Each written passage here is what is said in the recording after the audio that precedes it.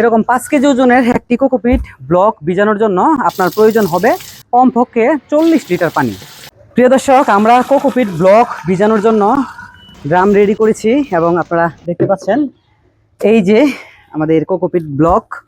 এই cocopeat block যদি আপনি 5 কেজি ওজনের একটি ব্লক পানিতে ভিজান তাহলে এটা থেকে পাবেন তার 5 গুণ পরিমাণে কোকোপিট, অর্থাৎ কমপক্ষে 25 থেকে 30 কেজি ভিজা কোকোপিট আপনি পাবেন। আমরা এই ব্লকটা হচ্ছে এটার ভিতরে দিয়েছি, আপনাদেরকে আমি দেখাই।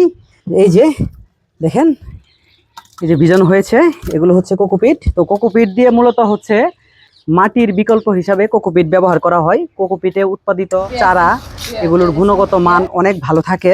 আপনি যদি এই কোকোপিটে সিডলিং ট্রেতে চারা করেন তাহলে হচ্ছে চারাতে গোড়া পচা সমস্যা দেখা দিবে না বা গোড়া পচা রোগটি দেখা দিবে না। চারার গুণগত মান ভালো থাকবে। বিশেষ করে এই কোকোপিটে কিন্তু রোগবালাই কম হয়।